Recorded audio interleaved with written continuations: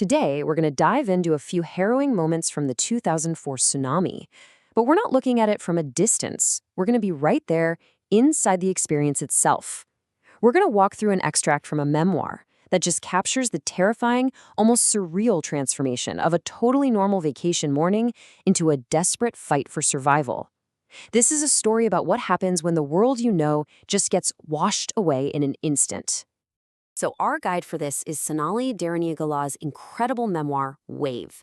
What makes this so powerful is that it isn't some kind of analysis or a news report. Nope, it's a raw, first-person memory. We're going to be using her own words to try and understand the chaos and the sheer confusion of that day, just as she lived it moment by moment. And it all starts right here, with this one simple sentence. It's not some big dramatic announcement. It's just a quiet observation. It's a moment that splits time into a before and an after, even though at first, nobody had any idea of what it really meant. Okay, so let's set the scene. Picture this: a hotel on the coast of Sri Lanka. It's the day after Christmas, a family is on holiday. The morning is just like any other morning, until a small, kind of peculiar detail catches the narrator's eye. That's it. That's all it was. Not a giant wall of water, not some monster force, just an unusual bit of foam. Something weird enough to notice, but definitely not something to be afraid of. She even describes it as just a glint of blue above that wide spread of sand. And this is what's so telling, right? The urgency wasn't to run for your life, it was to share something cool. She's calling out to her husband, Steve, because she doesn't want him to miss this weird, fleeting sight. It's just a moment of simple curiosity, totally disconnected from the unbelievable danger that was about to hit. But that innocent curiosity, well, it turns to confusion very, very quickly. And then it turns to dread, as the laws of nature just start to break right in front of their eyes. And here it is, the first big shift. That passive froth starts coming together, it starts gaining momentum. It's not just a weird visual thing anymore. Now it's active, it's moving. The sea is actually coming towards them. This is that moment where your brain just short circuits, right? It registers something that just shouldn't be happening. Every single thing you know, your entire understanding of how the world works, tells you that the sea does not behave this way, ever.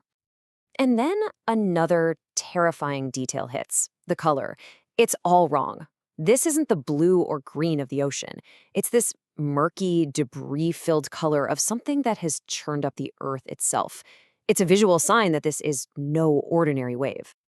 And just like that, in a few words, the whole personality of the ocean changes. I mean, listen to that language. Menacing, charging, furious. The water isn't a place for a vacation anymore. It has become an active, violent predator. The time for curiosity is way over. So the realization hits.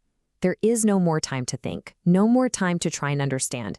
There is only time to react, and the family's frantic escape begins. The whole sequence is just pure chaos. Grabbing the kids, Vic and Molly, running barefoot out the front door, not even thinking about it, fleeing towards the driveway, and then, can you imagine just leaping into a moving Jeep with a total stranger behind the wheel? Every single action is just driven by pure adrenaline-fueled instinct. This is so powerful. Their bodies understood the mortal danger before their minds could even begin to comprehend what was happening. This is a flight driven by the most primal fear, a terror that has completely outpaced any kind of rational explanation. Now, you have to imagine, for just a brief second, inside that speeding Jeep, they must have felt a tiny bit of hope, a sense of escape. But the tsunami wasn't just a wave coming from the sea. The threat was about to become completely and utterly surreal. Think about how impossible this sounds. You're in a car. You're driving away from the water. And then suddenly, water is inside with you. It's not seeping in. It's just there, sloshing over our knees. The logic of the world has completely shattered. And that's the question that's just hanging in the air, inside that Jeep. How? How is this even possible? The very thing they were fleeing is now, somehow, inside their only refuge. It defies everything they know to be true. You can just feel her mind scrambling, desperately trying to make sense of something that makes no sense. The only explanation she can even grasp for is something impossible, that the water just erupted from the earth itself. It really shows how far outside normal human experience this event was. And the horror just keeps escalating. The water isn't just there, it's rising, relentlessly. Their escape vehicle is now becoming a container, filling up, turning their last hope of safety into a trap. And that brings us to the final, terrifying moment.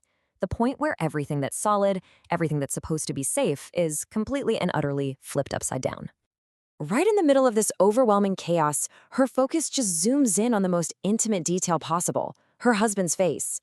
It's this tiny moment of human connection just as their world is about to come apart. He sees something she can't. He's facing forward, looking at what's coming, and his face becomes a mirror for the absolute horror that is right on top of them. It's the final silent message of their fate.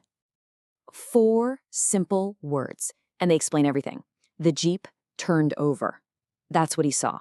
That was the reason for the look on his face. This is it, the cataclysm, the moment of impact, the end of their desperate flight. And what comes next isn't a clear memory.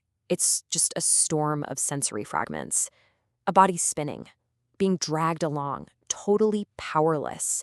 The world isn't even water anymore. It's just a blur of smoky and gray. It's the complete and total loss of control, that feeling of being just an object in the grip of some unstoppable force. And that's where we'll leave this account. Sonali Durraniagala's story is one of unimaginable loss, but it starts right here, in these disorienting, terrifying moments. Her Jeep literally turned over, but it leaves us with a much larger question, doesn't it? When our own worlds get upended by crisis, what are the fragments we see? What are the moments that end up defining the chaos?